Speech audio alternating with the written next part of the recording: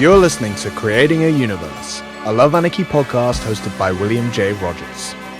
On this show, we follow the journey of creatives, artists, and entrepreneurs who are making a name for themselves in the ever-evolving landscape of today's industry. Featuring an insight into both Love Anarchy and the Lovaniverse music universe, as well as the individual projects and stories of each of our guests, from the music industry and beyond. So whether you're a budding creative or simply interested in what goes on behind the scenes, this is the podcast for you. Hello and welcome to Creating a Universe. I'm your host, William J. Rogers, and today I'm here with Chase and Ben of the US alternative metal band, the Lucidia Project. How's it going, guys? Going great, going good. Nice to be here. So to my screen, we have Chase here on the left and Ben on the right. Obviously, other way around for how you guys are sitting. But yeah, really cool to have you guys here. Chase, you're like the lead vocalist, right? And pianist, and Ben, you're guitar and bass? Too. And piano. Yeah, I'm on guitar and bass, correct. Awesome. So to give people who haven't heard of you guys an idea of who you are and what you do, would you be able to give a little bit of an overview?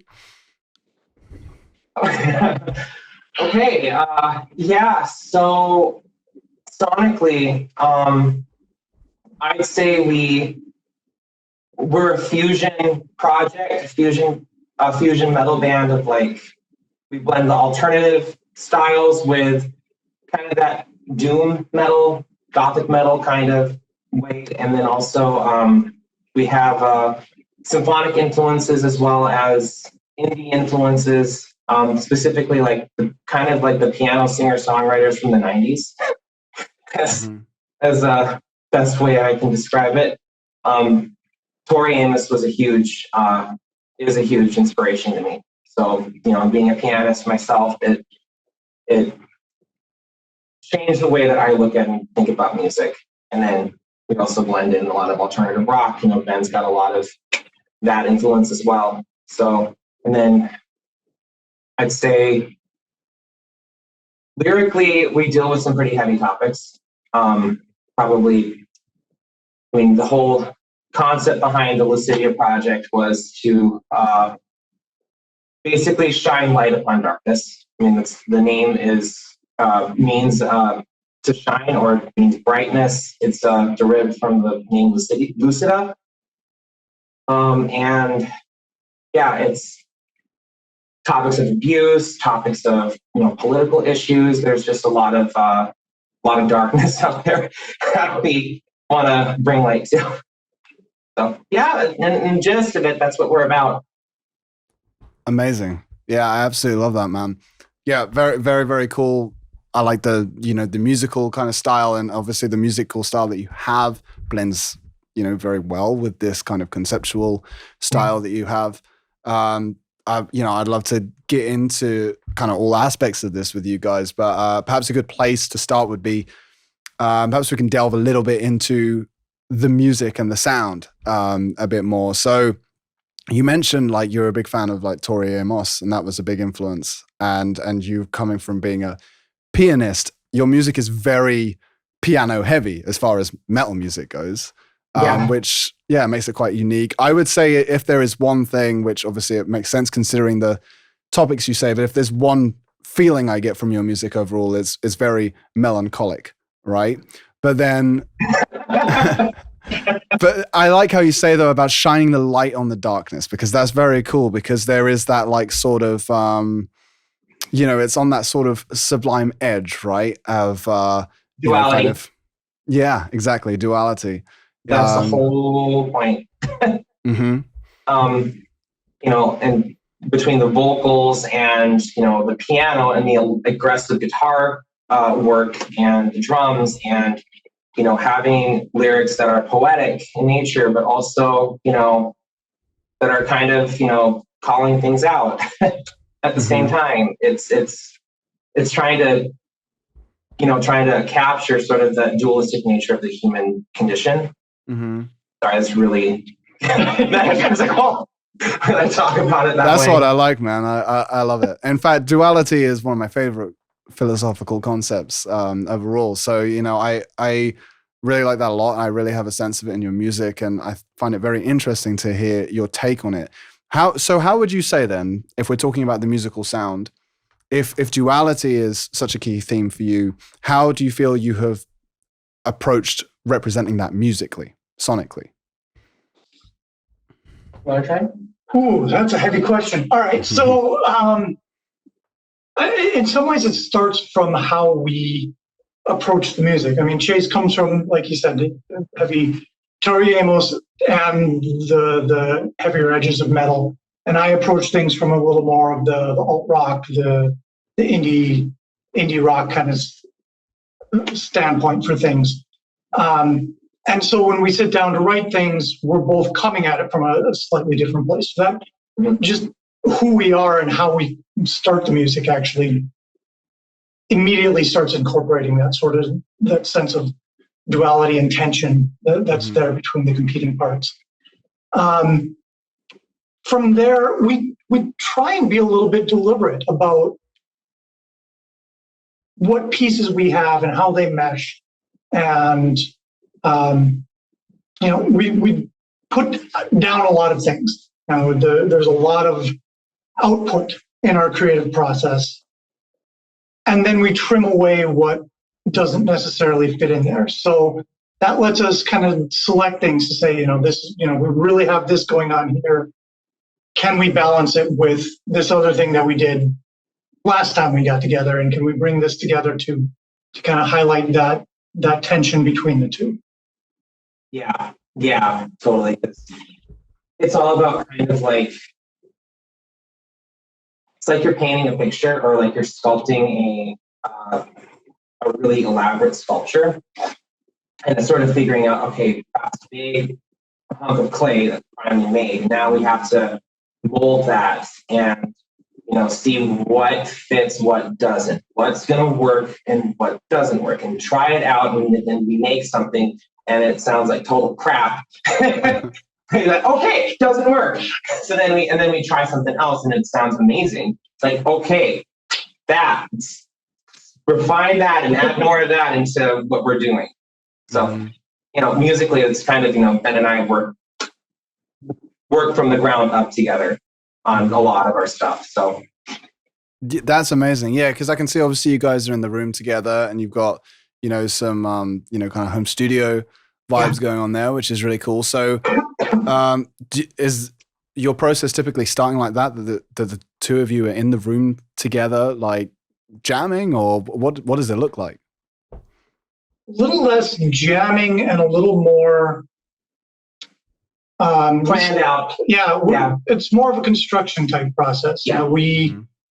The jamming comes in later when we're trying to layer on top of it, but we tend to start with a song structure in mind or a chord structure in mind, and iterate that until it kind of suits what we're looking for. Yes, and kind of lay out the groundwork and kind of have it all kind of together before we bring in, because we try to bring in as many people as we can so that they all have a say in this. Because you want to see other people's personalities shine through. Like we have Chris, who has been great with Requiem, the song Requiem, and then we also have Dan, who's new to us. He helped us write actually a new song that I sent you. Yes, he wrote a lot of guitar off the record. And having just sort of like the two of us sort of laying out the blueprint in a way, and then bringing in the other guys to kind of help them have them help figure out the riffs, because I'm a pianist. I can write guitar riffs, but can't name them. So there's the question. So it's about seeing everyone's musical personalities come through, at the end, with the end product in mind. So what are the other two guys doing in the band? They're both they're both guitar. Okay. Chris is on rhythm and Dan is on lead. And then Ben does bass. So this is like live. Think about it like a live setting. So Ben is on bass live, Dan's on lead live, rhythm. Chris is on rhythm live, and then I do piano and I do vocals. I'm not a drummer. We're working on that. Elusive drummers, so yeah, they're the hardest ones to get, especially in a metal band. Yeah. Especially in a metal band in Fargo, North Dakota, where everyone wants to play country western or blues rock, and we are not a blues rock country western band at all. Yeah, pretty far from it, yeah. Oh yeah, fair. Well, okay, all right. So I'm intrigued then. Like, I'm intrigued on some of the detail of that process of the two of you sitting in the room constructing the foundation of a song. Like, how do you do that together? Or generally has one of you kind of written the basis of a song that you go over with, or you literally sit next to each other choosing the chords?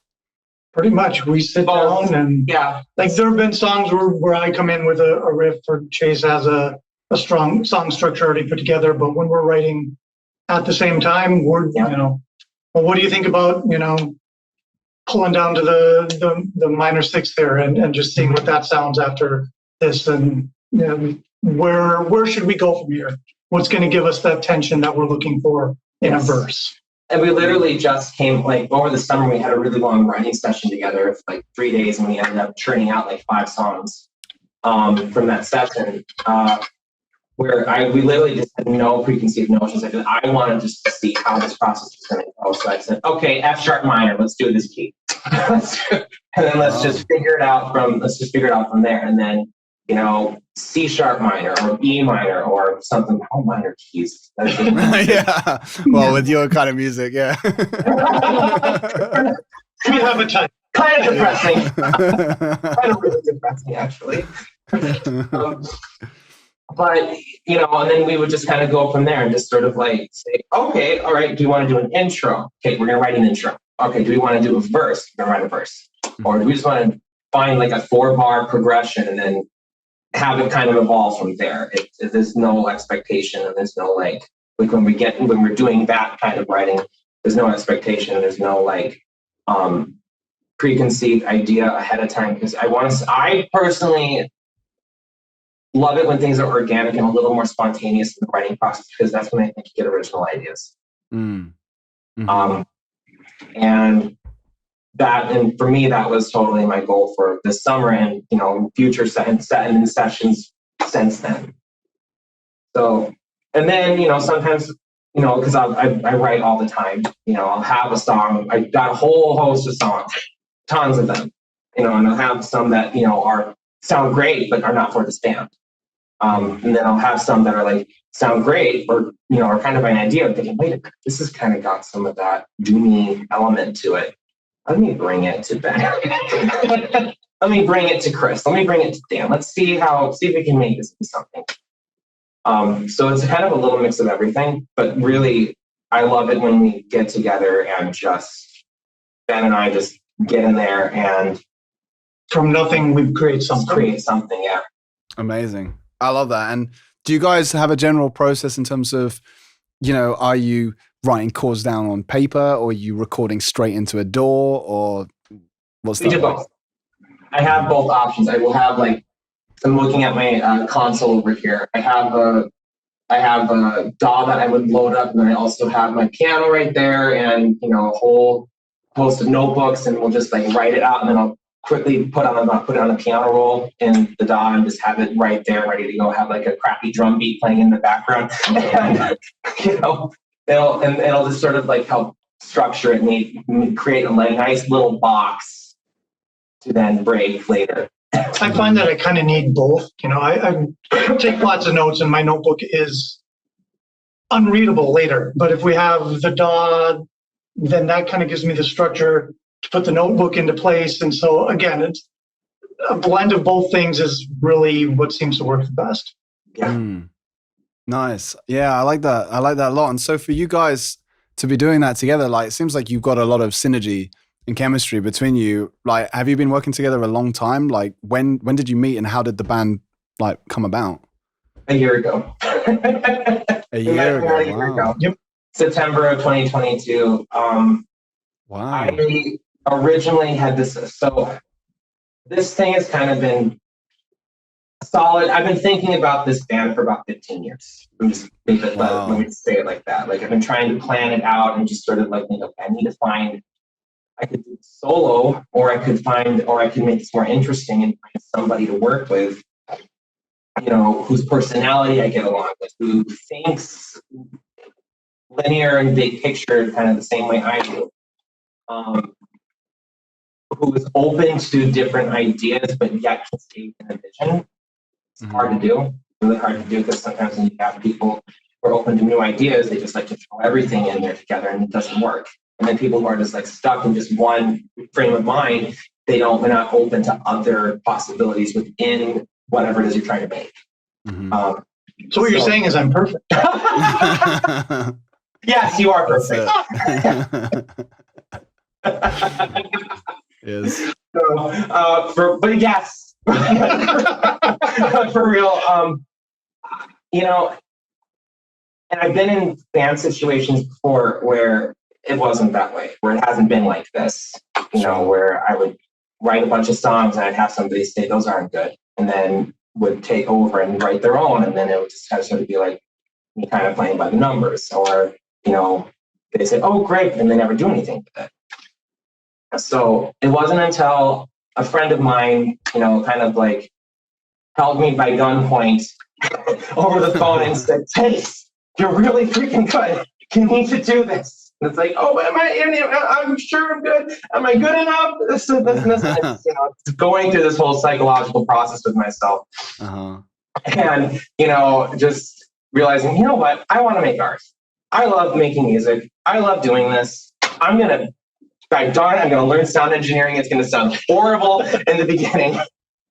So I had to do all that, go through that whole emotional, psychological breakdown. And then I had to, I wrote all the songs on that first demo EP. Like I did all of that. And then I brought an early version of In the Fray to Ben, showed him that song. We met on Bandmix. We met online. And showed him other songs, and he was really interested in it. And then we met for coffee in September of last year, and it just has kind of just been the two of us skyrocketing since. And then we, got Chris on board, and he's been interested in, he's loved this idea. And then now we've got Dan on board. So this band is very new. Yeah, amazing. Yeah, very new. But I mean, you guys have been productive considering, like, you've just released your second EP. And I mean, like, these aren't small EPs either. I mean, that's over an album's worth of material, I'd say, between the two of them, or at least a solid album. So that's pretty good going considering, the time you've been together. For me, it's more of a refinement process. It's trying to see, what are we capable of as a band, as a group? What are we musically, what can we do?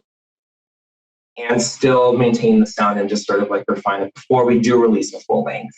Like we've got these 6 songs that are in the oven right now, that we're going to release as singles throughout 2024 and into 2025. And then we have another, God, I can't stop. We have another set of songs that, are going to be released as sort of like a mini EP. What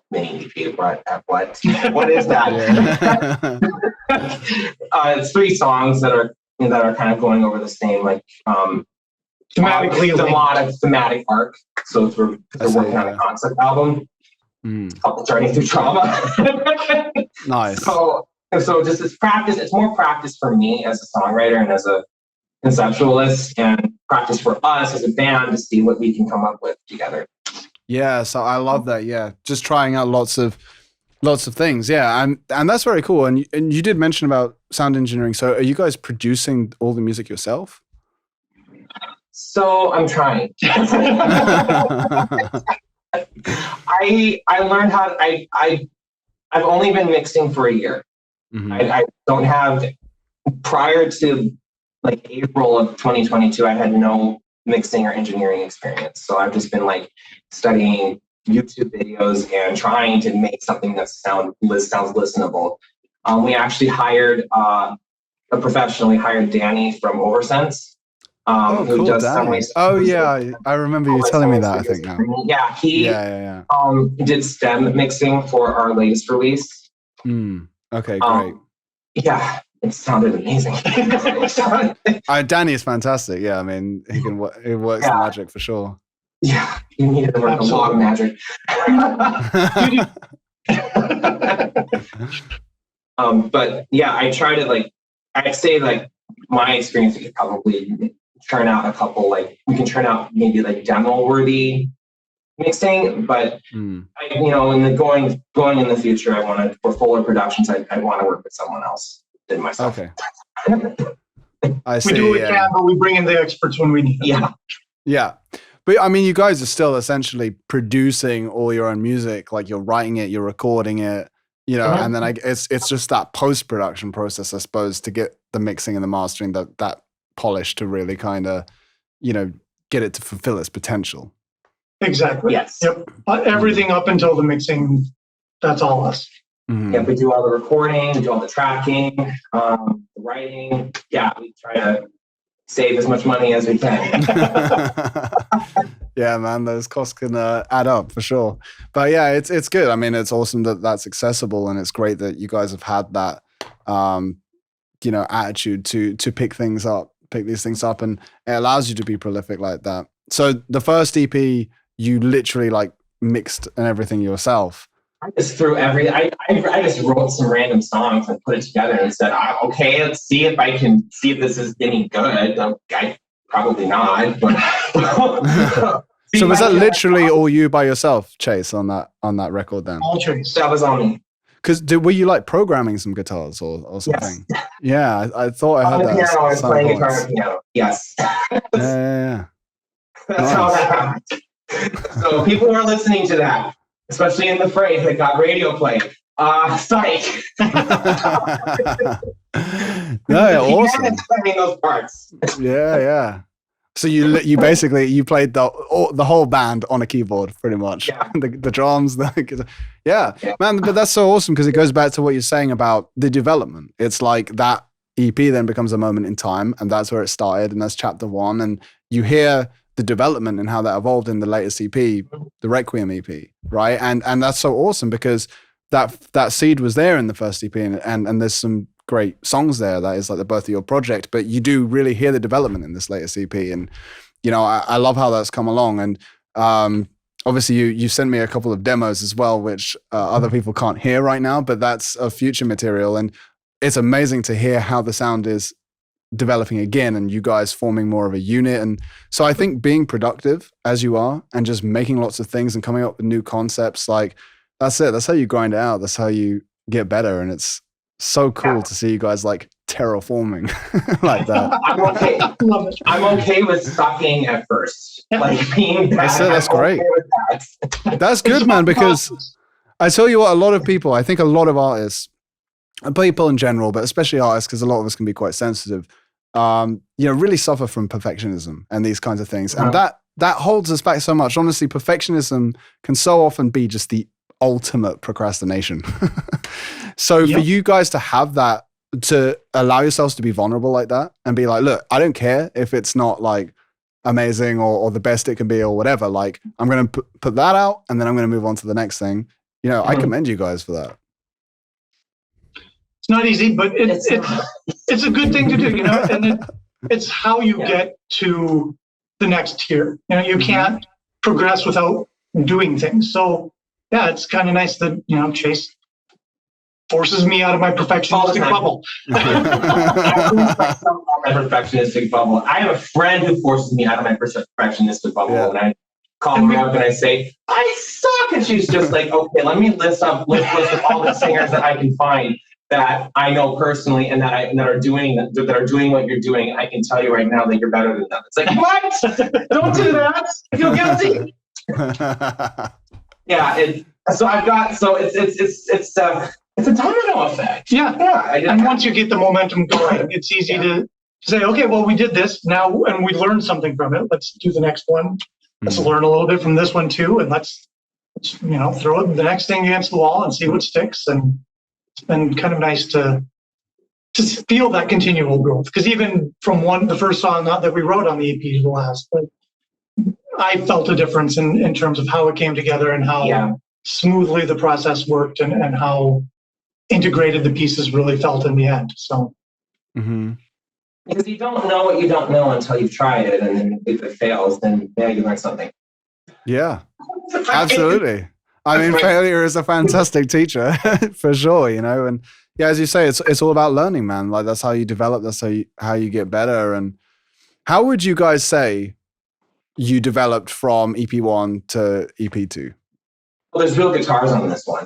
Yeah, that's the most immediate thing. Yeah, there's improvement.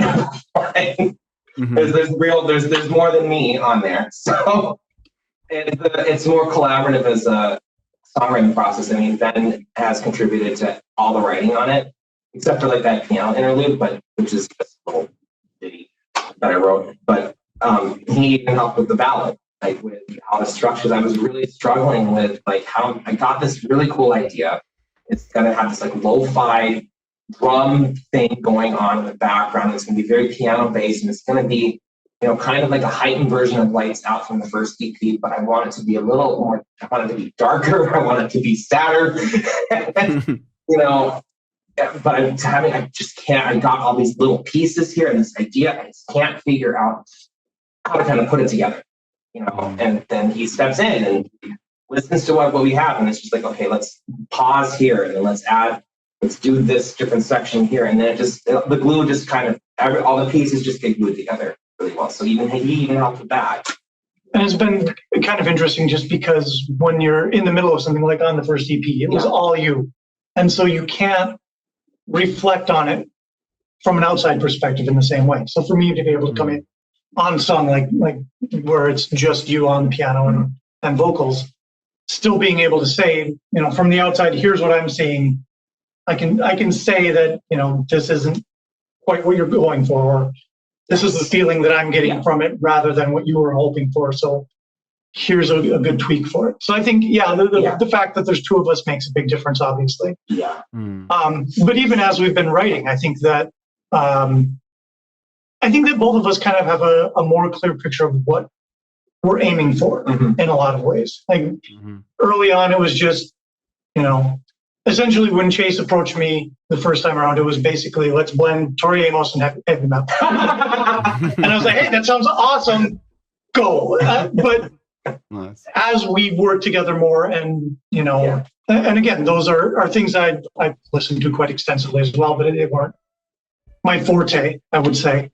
And so as I've been coming into things a little bit more, I think that some of those influences come in and we see which ones work and which ones don't, because not everything blends in perfectly together. And so, again, just keep iterating and finding things that match what we're going for. And then when we find something that we like, that refines what we're aiming for. And so the two kind of go hand in hand. You know, what we're aiming for changes, or creating changes, and constant progression there.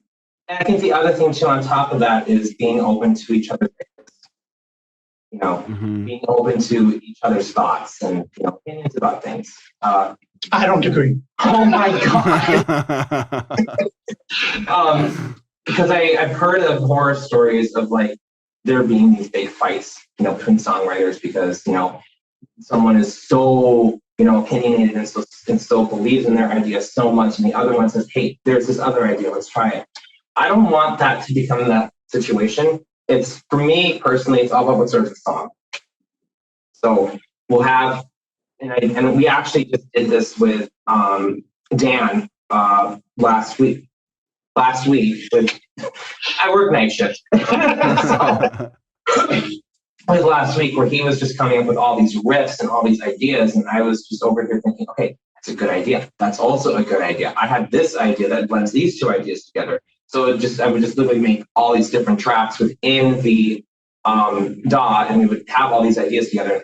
We would listen to them all and see what fit better, like what works better together as a puzzle piece, one big giant Rubik's Cube. And you know, that's kind of how I approach multiple ideas and opinions coming together. It's a little bit of a longer process, yeah, but I think it's a process that keeps everyone satisfied musically.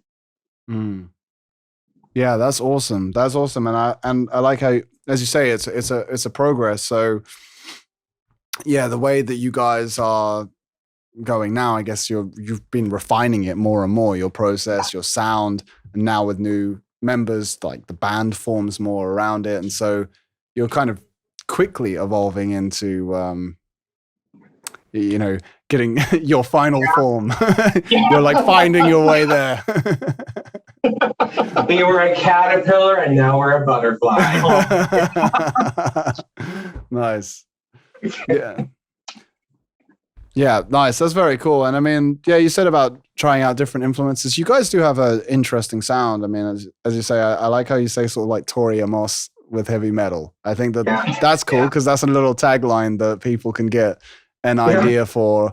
It's very, kind of melancholic and bittersweet and emotional. But yeah, you said like alternative metal and doom metal. I guess that's a lot of the stuff that you're into, Chase, right? Like doom metal, symphonic metal. You have symphonic and orchestral, aspects as well. Mm-hmm. I loved Katatonia growing up. Loved Paradise Lost. Loved My Dying Bride. I mean, my gateway band to those bands was Evanescence. Right. Yeah, makes sense. Yeah, huge impact on me. And then I found Lacuna Coil, and then from Lacuna Coil, I found Paradise Lost, and then I found Theater of Tragedy, and then I found like this whole it ranges in heaviness, but this huge sphere of dark metal that I just gravitated toward naturally. Swallow the Sun is a big influence on me too. So it was just more of thinking, okay, I'm not a big thrash guy. I'm not a big. I like symphonic metal too, but I think our music might be a little too thematically heavy to incorporate more upbeat strings all the time. Yeah, so, not as epic, bombastic kind of style. More. A little more sullen. Yep. Sullen. Yeah, a little more tense. So so I've got some of that, but I really just wanted to kind of fuse more of that dark metal element with. And the reason why I wanted to bring the Tori Amos element into it is because her music's so vulnerable.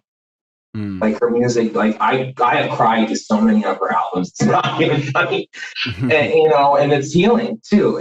She covers so many heavy topics of all kinds. If you read just go and read all the lyrics from Little Earthquakes, her debut, and the next song, and then the next album after that. I mean, she is just so raw lyrically, and it's such an inspiration for me as a lyricist as well, because I want to have that impact on people too with our music.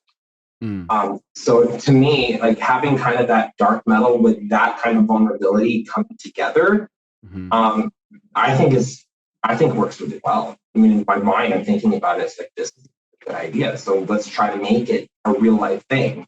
It's almost like two different definitions of heavy. Of static. And we pull both of them together and find the fusion point between the two of them. So. Yes, I love that. I love that concept of sort of emotional heaviness. I think is so poignant because, at least to me, especially when you listen to a lot of metal and you listen to heavy stuff, you can kind of get used to that. Whereas if something is really emotionally heavy, that's always kind of going to hit on another level.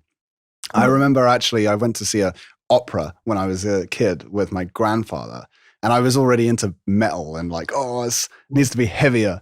But then he referred to it as heavy. And that was this, I'm thinking heavy in terms of metal, but what he meant was the drama of it and the emotion. And what are they singing about? What's the story? Well, that one, that was that was Tosca, which is it gets pretty dramatic, tragic opera, so absolutely. Yeah. And I had a lot of that kind of stuff growing up as well. My dad was has a master's degree in music performance, and Wow. Nice. Symphony was always a huge part of our life, as much as it could be in rural North Dakota. He made the effort to incorporate that into our world, and so that's always been there for me. But I even then gravitated towards the heavier side of things. I wanted something with emotional impact, even while I'm listening to Nirvana and whatever, some early Tool and all the rest of it as a teenager. I've got this alt rock, but I want the heavy symphonic as well, and that's always been in my repertoire. This is why we get along. Yeah.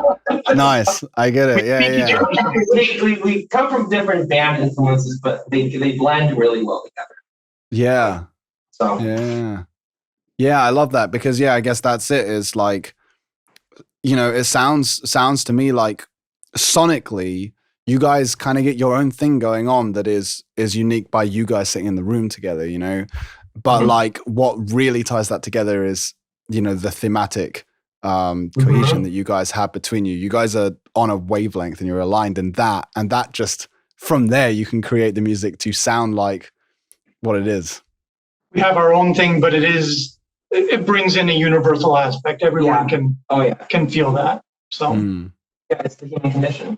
It's duality of the human condition. It's like I experienced it through gothic metal and doom metal and classical pianists, and he experienced it through opera. He experienced it through alternative music, and we both speak the same. It's not like we're coming from like gothic doom metal and country western.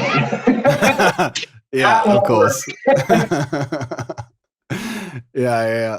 Country artists want to go where I want to go lyrically. Yes, yeah, of course, yeah. I mean, like beer and pickup trucks or something. Like, can we blend that in? No. For our next project. No. Hey, a new concept. I've already decided and predicted the future. Yeah. Shock horror. Yeah, nice. I like that, man. Yeah, I can see the synergy, and that's really cool. I mean, I'm personally a fan of all of those styles as well, and I guess it's something to do with that I can kind of resonate with what's sort of underpinning all of that, as you guys have mentioned. So I see a lot of synergy there, and I think that's really cool.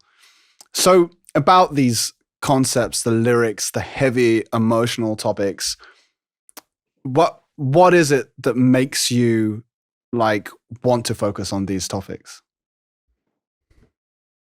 Feeling, a lot of it is my diary, but a lot of it is personal experience. Just because I feel like in metal specifically, I think there are bands that certainly do this, of course, but I think we need more emotional intimacy in our songwriting. I feel kind of bringing that Tori Amos and Natalie Christian side of it. The thing that how I approach my own lyrics and my own healing with my own demons and my own trauma that I've been through. I want to let people know that it's okay to feel. It's okay to have to feel like a crappy person one day and want to do better. It's okay to admit when you're wrong. It's okay to have all those emotions and to know that you're not alone in any of this. It's really deep for me to go there right now because it's stuff I actually work through on my own. I work through in therapy and in my songwriting. It's a direct result of my own personal journey too, and it's not just my journey, but other people I've met and conversations I've had.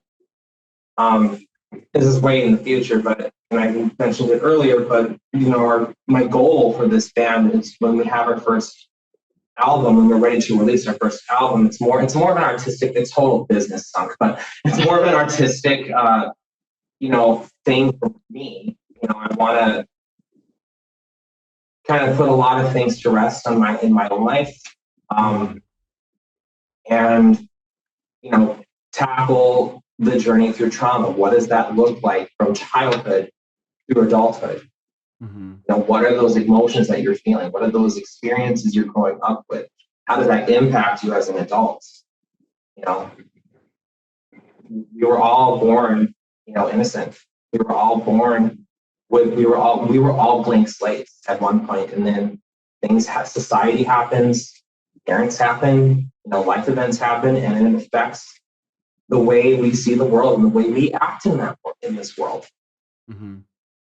So I wanted to just catalog that, and I've been cataloging it for over 10 years. Where this is a big passion project of mine. So when I'm ready to release that, I want that music to be passed on to whoever's listening to it. And if even just one person says, "Oh my God, I feel something. Oh my God, maybe I should look at my own life." If only one person does that, I've done my job. I'm 100% satisfied with all the work I put into this. That's amazing, man. Yeah, I absolutely love that. I mean, honestly, just hearing you say that now, gives me a sense of that feeling, and I'm sure it will to other people too, because that is the power of music right there. That sense of connection that we can get from it, and the catharsis that music can provide, that creative process, like what you're talking about, to sort of like heal yourself and to process like that. For me, it always kind of gives me goosebumps, to think about that, because that's the sort of magic of music right there. Whole reason why I'm doing this. So there. That's your question. It's a long answer to a question, but no, I get it, man. That's it. I absolutely love that. So I mean, you said that you were thinking about doing this band for 15 years, that type of thing. So from what I assume, this is your life. You've been carrying that with you this whole time, and you've been processing your own things and your own thoughts and feelings about the world, your life, etc. And so you said that you've done a lot of diaries and things like that. You've been cataloging it. So I suppose it was always in your mind that, like, I want to turn this into music one day. Yeah. It's been a long time coming for me. It was just a matter of like overcoming my own fear of criticism, my own fear of like, well, if someone thinks it sucks, I'm not going to change their mind. Okay. It's those perfectionistic tendencies again. It's the initial writing stages. I'm not doing it like me making my art. I'm not doing it for that person. I'm doing it for the 16-year-old boy who is being screamed at by his parents all the time. I'm doing it for that person. Or the 40-something-year-old adult who has just been disowned by their family because they came out as trans. I'm doing it for that person. It's people who feel like nobody hears them. That's who I'm doing it for. And and people are going to criticize it. They're going to criticize it. It's okay. It's okay. People criticize some of my favorite singers out there, and I look at them and I'm like, what? So yeah, sure. I mean, criticism is just a mark of success anyway. If people start slagging you off on the internet, whatever. Like, if you're successful, you're gonna get your fair share of that. So somebody's gonna be jealous. So let it be. Yeah. I respect that. I really respect how vulnerable you're willing to be, and at the same time, how you manage to actually have a pretty healthy attitude about it, and a thick skin, at least from what you're demonstrating. Yeah, easier said than done, isn't it? I know. Yeah. Process. Nice. Yeah. Wow. That's very cool, man. So I'm interested to get to kind of pull the threads together a bit. And obviously, there's two of you here, so I'd love to do this with both of you. But perhaps we'll start with you, Chase, because we're kind of already focusing on that. Where did your musical journey begin in the first place? When did you start playing music? or getting into music? As young as 3. I remember just diving into music. Just my earliest memories of childhood were just putting my headphones on and just listening to songs anytime, like from your like little Barney tape to nice. something else. And I would just sit there, and at one point it just dawned on me, like, oh, there's a chorus, there's a verse, and these things all come together. So I started thinking about it analytically. I didn't know I was doing it at the time until much later when I was in college and I was taking music theory and had the language to put the two together. But it wasn't until I was about 9 years old I started taking piano lessons. Mm-hmm. And I took piano lessons all from 9 all the way till I was 22 in college. Wow. So I've been studying classical, I've studied some jazz. I remember specifically when I was 10 years old, I really got into like modern composers. When I saw the Dracula reissue of the 1939 movie, and it was Philip Glass's Kronos Quartet. He wrote a Dracula suite.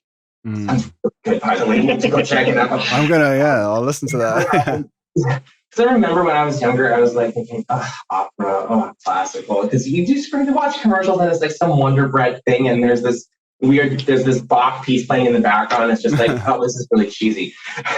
But it wasn't like public domain.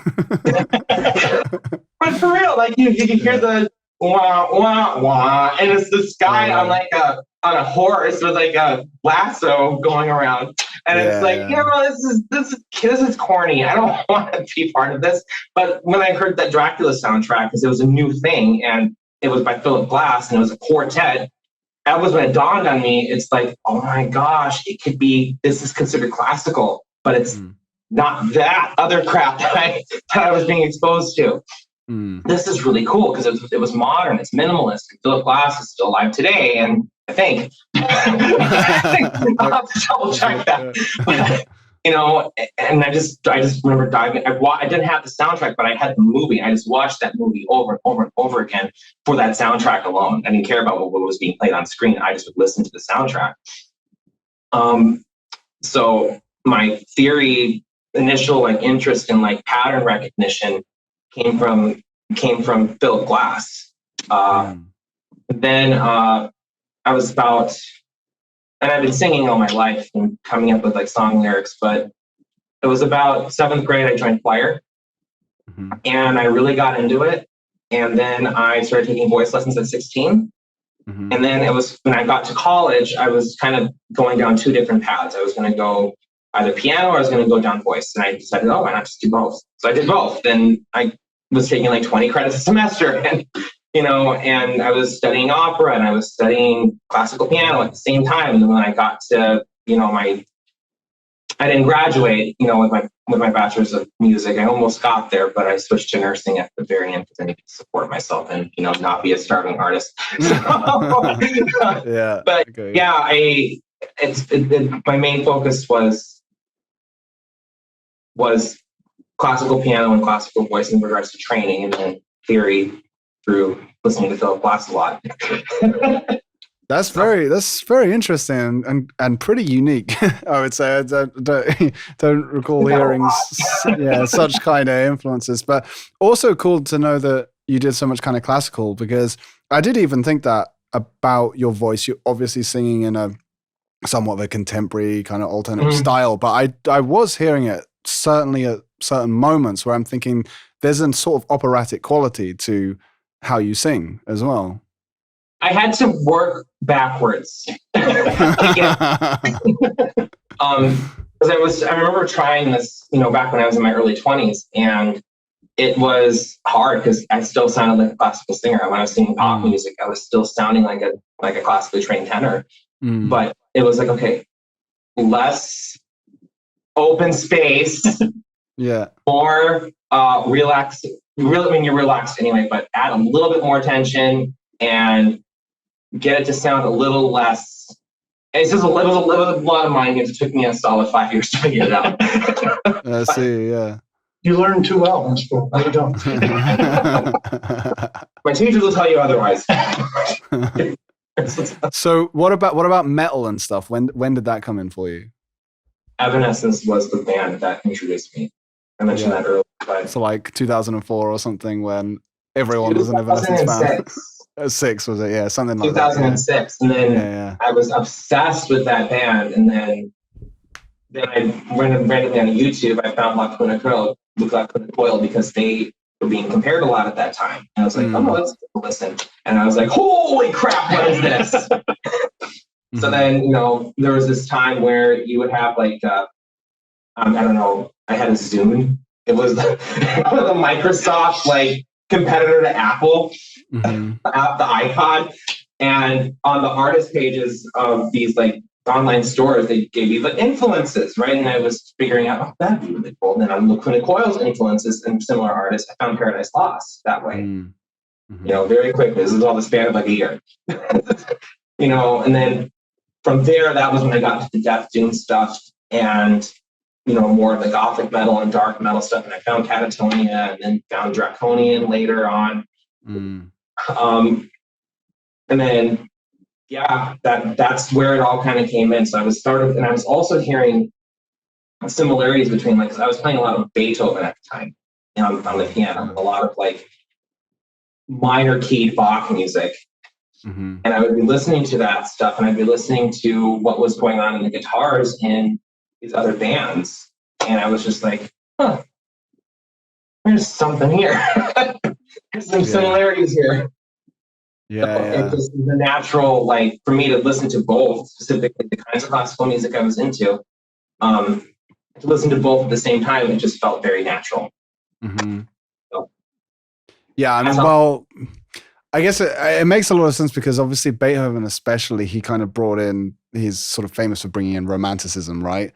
And that whole era of music, I mean, it kind of, you know, it was sort of existing, like there was threads of it, like especially with Mozart. I feel like Mozart kind of started later on to bring in some romanticism, and then Beethoven just really went, poof, and then obviously all the romantic composers you had after that. But it was just that emotion of music, that notion, of music becoming so emotional and dramatic and heavy, right? So it makes a lot of sense that you have, you know, that affiliation to that style of music as well as, you know, the dark metal stuff. Yeah. Oh yeah. They fit well together.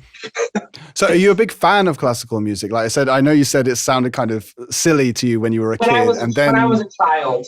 Yeah. When I was younger. I was sorry. I didn't preface this, but yeah, when I was younger, I couldn't get into classical. Yeah. Because it just felt too corny to me. It wasn't, and then Philip Glass was the thing that I was listening to a lot when I was like 9, 10, 11 years old. But it wasn't until I really got into, at some point, my piano teacher was like, okay, you're past your A levels. You're past this. Now we're going to bring in the masterworks. And I was like, what? And, you know, showed me Solfeggetto by Carl Philipp Emanuel Bach. That was my first classical piece that I learned. And I was like, oh, this is cool. It's all in C minor. And it's jumping between it's not jumping between C minor and G natural. And, you know, we play it really fast. And you know, then I was like, oh, there's this other side to classical music that isn't the cheesy commercial stuff. Yeah. Like on commercials, like on TV. And, you know, I got into, that was when I started to really love classical music and started to see things like Moonlight Sonata and Passacaglia Fugue in C minor by J.S. Bach, and just really get to know what these composers really felt. Yeah. Back then. Middle Ages, Renaissance period, Baroque era wasn't time with modern medicine. So. Yeah. Yeah, but you know, I love that thing when you get that kind of sense of intimacy with historical figures like that, or obviously with music, it's just the best. But it just made me think, because like if you read, like, I don't know, Marcus Aurelius's Meditations or something, you know, and he's talking about essentially just dealing with anxiety and these kind of day-to-day things. This is thousands of years ago, you know, it's like not much has really changed, you know. Yeah, they got through, like, you could probably it's very likely a lot of these composers were writing about and if you listen to their music, writing about things that, you know, were striking them. Mm-hmm. And, you know, if you read, especially read Beethoven's history, I mean, where does all that anger come from? Yeah. I mean, for real.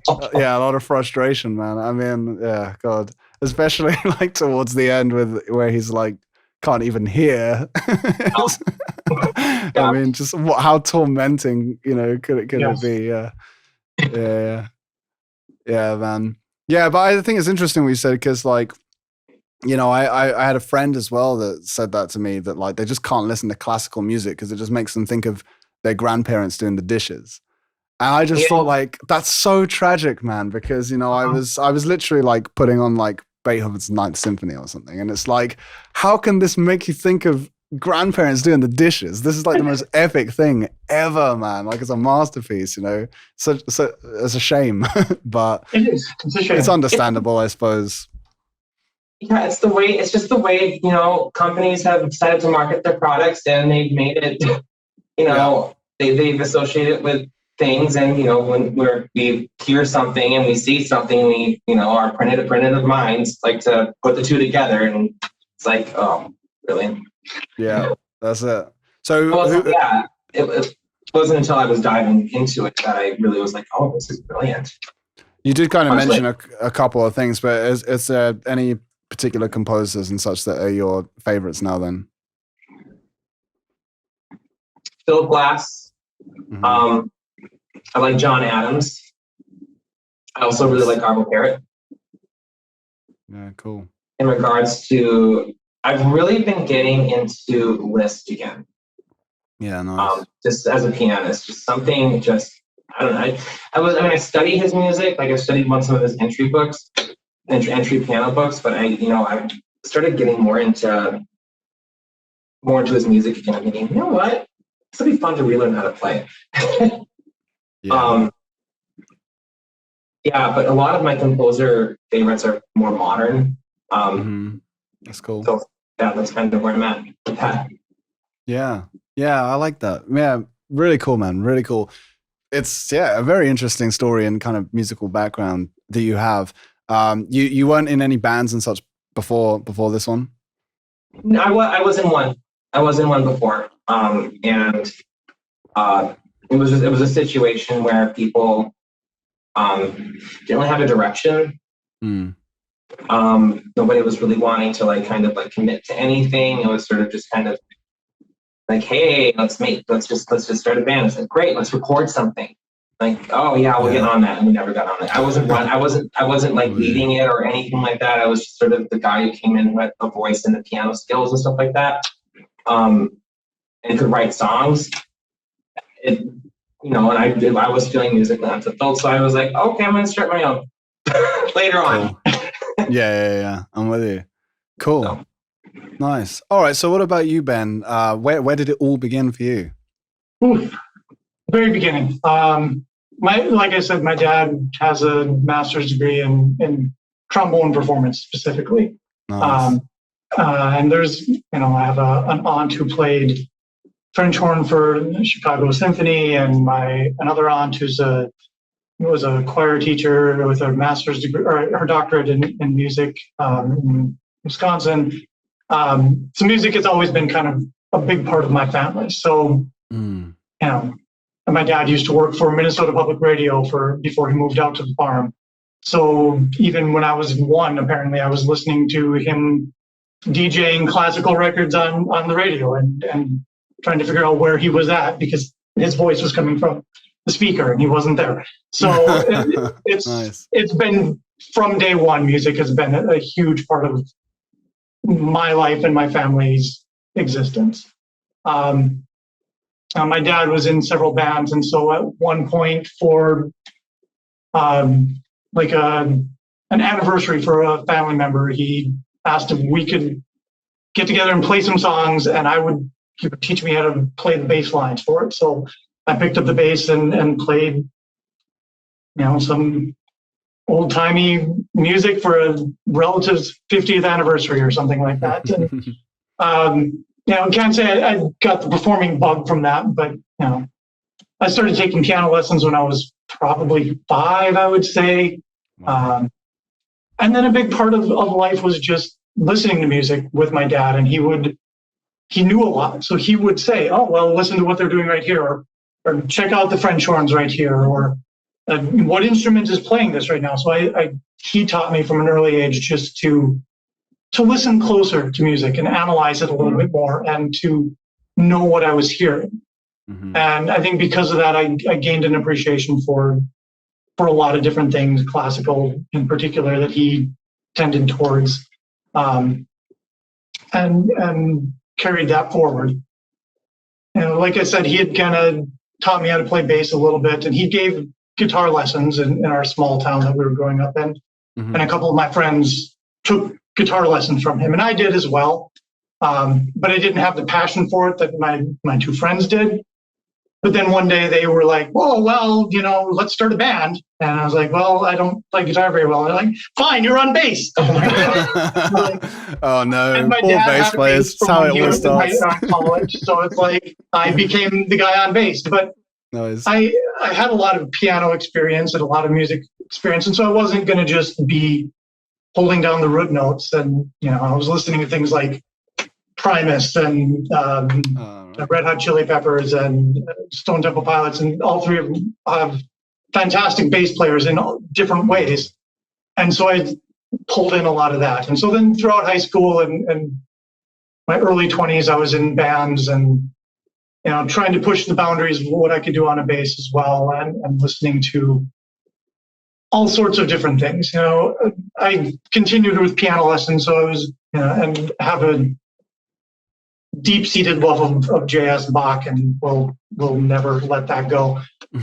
So that was always part of it. But throughout college, was starting to get into a little bit more modern things. Some Shostakovich and some the Carmina Burana. Seeing that live was one of my core music memories. But then also diving deep into the heavier end of the alternative scene. I was big into Tool and Deftones and things like that. And there were some bands who kind of treated it a little bit lighter, and I couldn't get into that. So the heavy end of modern alternative rock at the time.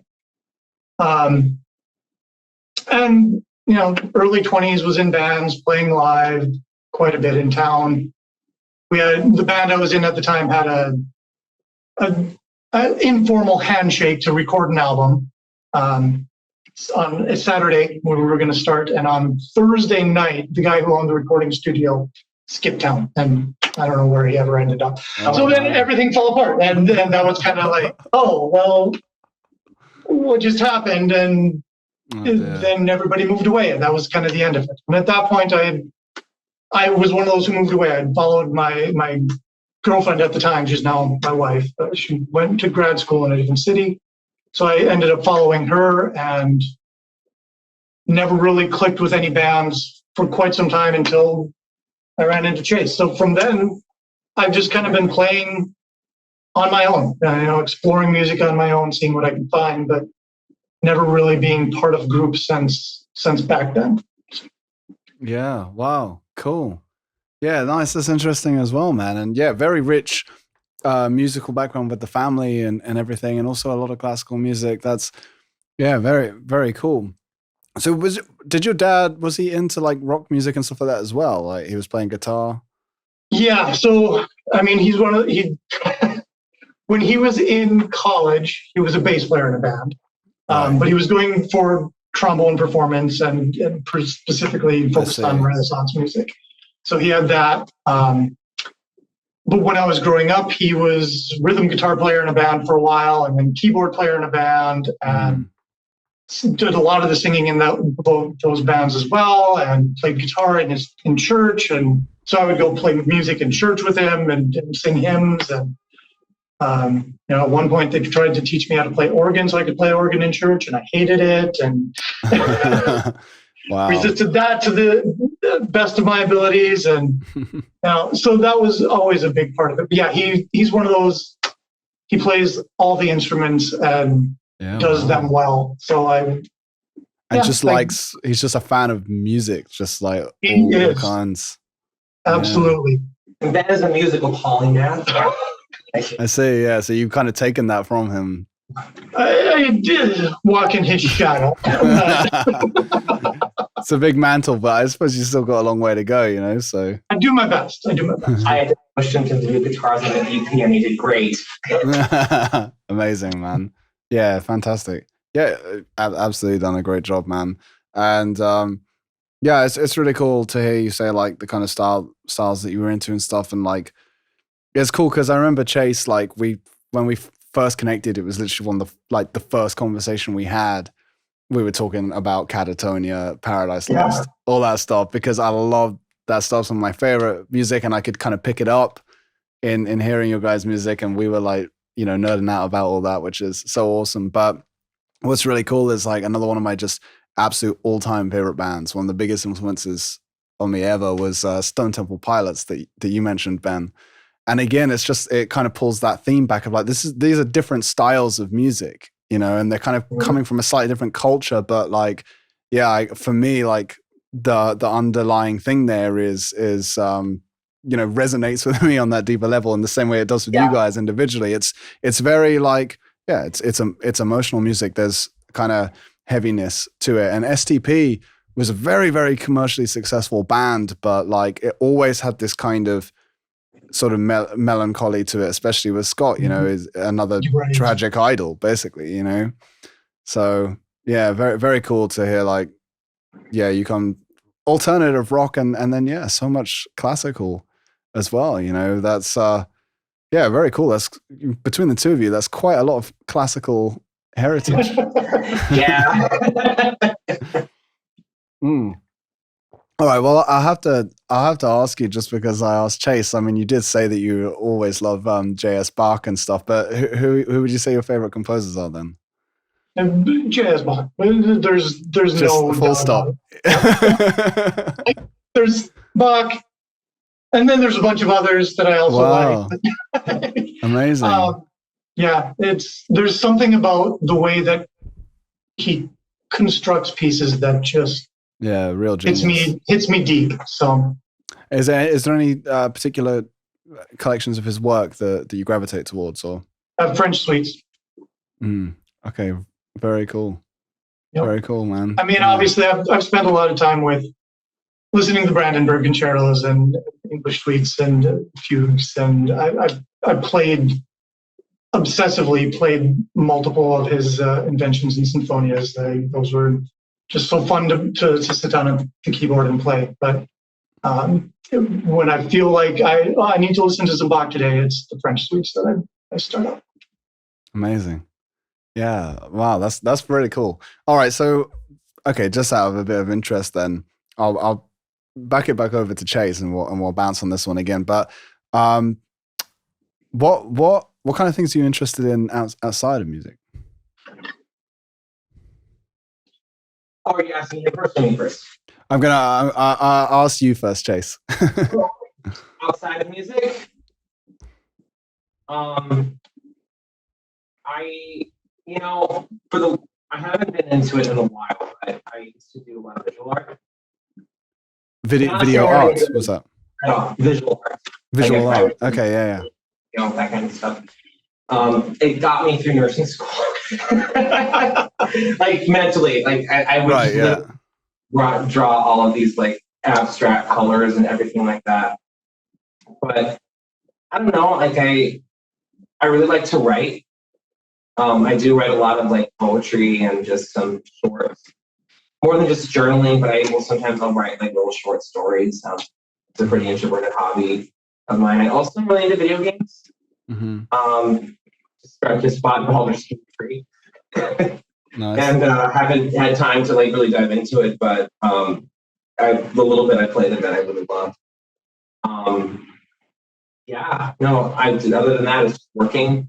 You know, I'm a nurse by profession, and just we work a lot of shifts, and I work night shifts, so I'm tired a lot. So you always work night shifts? I work straight days now. Yeah, wow. How do you find that, man? That must be intense. I'd rather do straight nights in the hospital than straight days. because Really? it's a lot more chaotic during the day shift. Okay, it's quiet, So, I suppose, at night. I guess my personality kind of fits night shift too. Yeah, I was gonna say it fits the music, doesn't it? Yeah. Yeah. There's nothing like staring out into the night sky void and writing about nihilism. Okay, that's it. Trace's favorite pastime in a nutshell. Yeah. But I do a lot of breaks. Yeah. You're thematically consistent. That's good. Yeah, I mean, very consistent, because like even nursing and stuff, it seems to me like you're a very empathetic person, and like, you have a lot of creative outlets in general. Like, as you say, you use creativity as a sort of therapeutic device. So do you think is that a fair assessment? Oh, thank you for that compliment. Good. I'll take that then.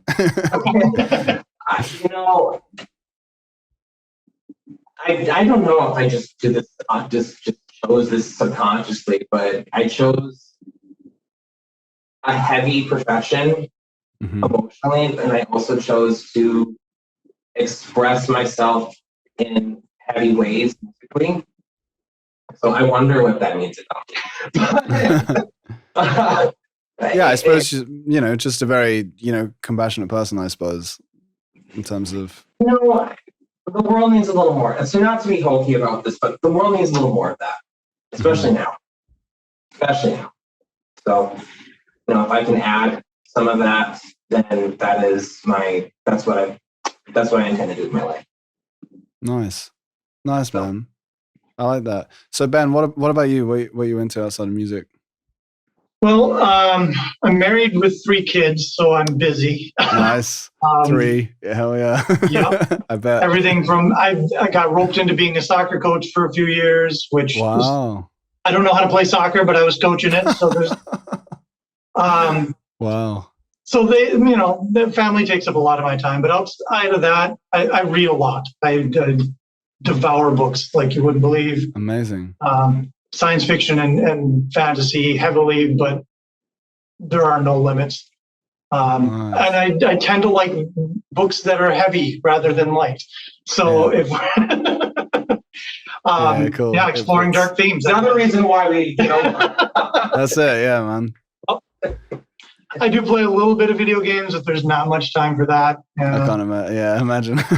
I like hiking, but also not something that I get a lot of time for. So in general, I play music and hang out with my family and read as much as I can. Yeah. I mean, family and work is already just so much to handle that, the fact not that you much get to do time music. left in the day after that. Yeah, man. I just have one little one, and that's pretty full on. So yeah, three. I can imagine that keeps you busy. Nice. Any particular kind of favorite books and authors and such? I recently finished the Malazan Book of the Fallen, which is an epic.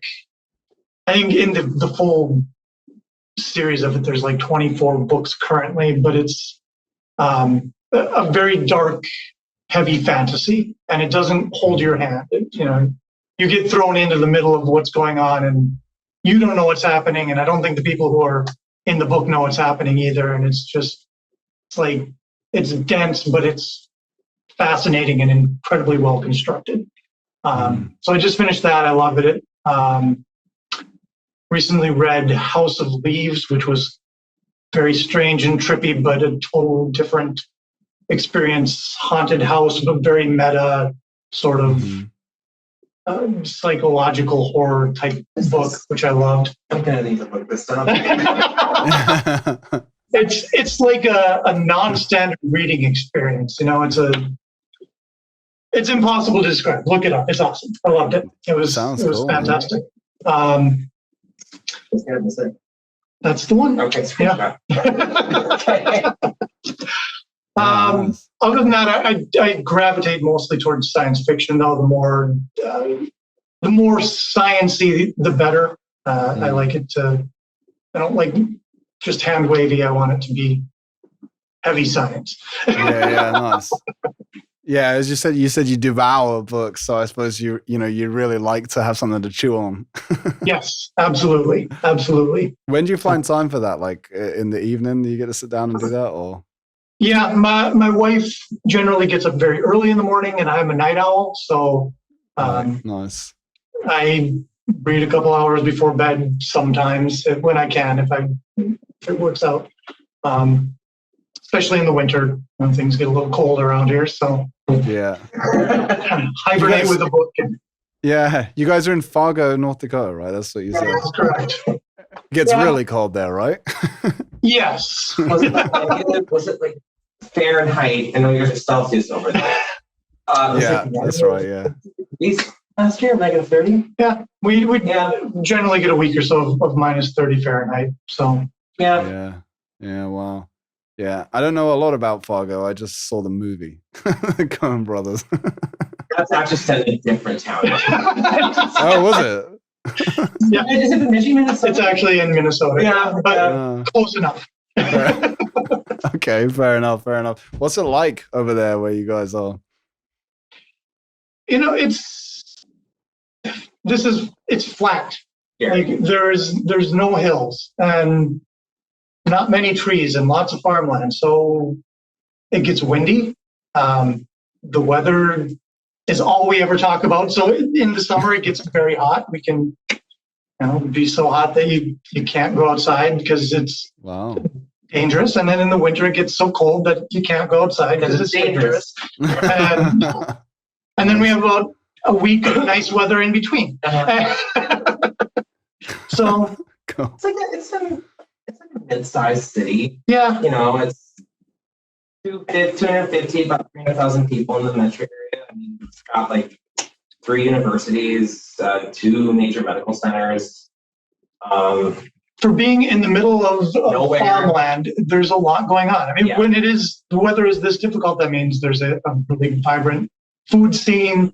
There's a really good orchestra and a good opera company in town, and they do some quality stuff. And with 3 universities, there's quite a bit of arts and such around as well because of that. So it's a nice place to be.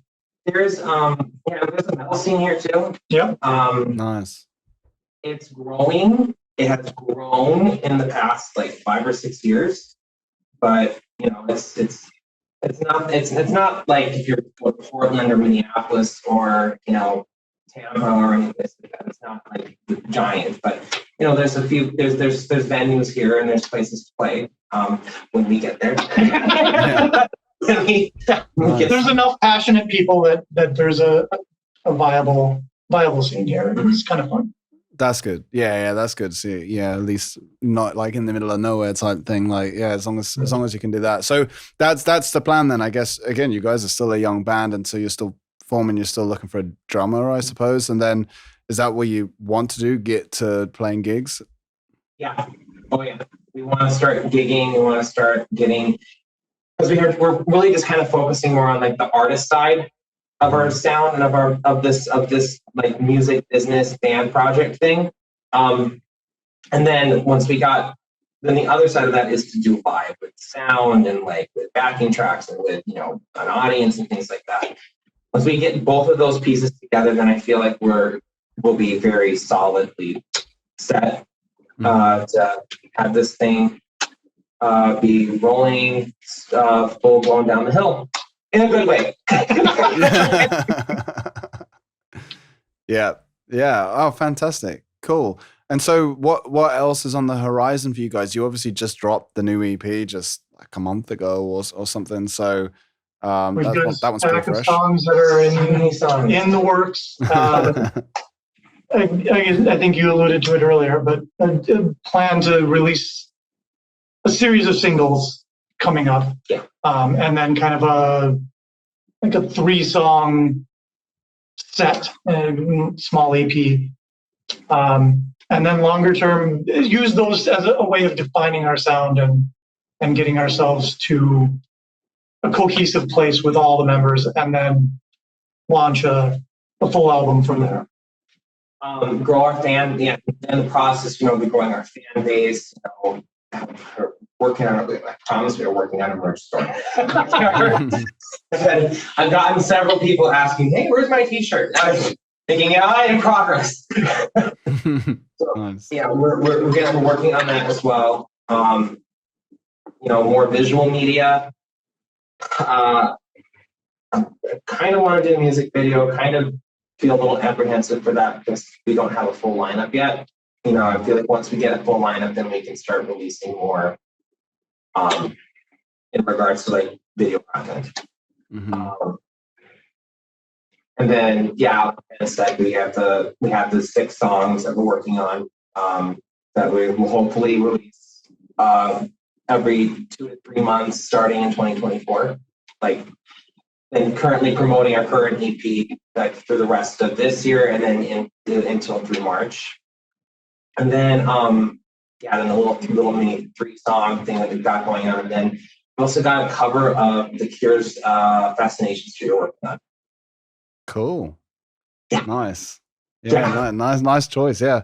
And wow, fantastic. Lots of stuff again, in line with you guys keeping up your productivity, which is really cool. I'm super excited to hear how it continues to develop. You guys seem to be getting some really good momentum behind you. So, I love that. I think that we've managed to catch you a cool time, just off the back of this release. Yeah, I'd love to do this again sometime and see where you're at, like a bit down the line. And I'm excited to see where you'll be. Absolutely. Yeah, cool. Well, I mean, we've already been going for a while, man. The time has flown by. Like, I could chat to you guys all day and all night. But I guess it's a good place to sign up to tie things up. Before we do, is there anything else that you guys would like to get in there? I don't have anything else to add. I appreciate you taking the time to talk with us. This has been a fun time. So thanks. That's all I got, though. Thank you for interview. Thank you for shining a spotlight on us. It's really appreciated. Cool. All right. Well, it's been an absolute pleasure. And thank you guys so much. Thank you. Thank you for listening to this episode of Creating a Universe. A special thank you to Chase and Ben from the Lucidia project for joining me. I really enjoyed this one. Be sure to check out the Lucidia project at linktr.ee/the Lucidia project. Links will be in the show notes. That's all for this one. I'll see you next time.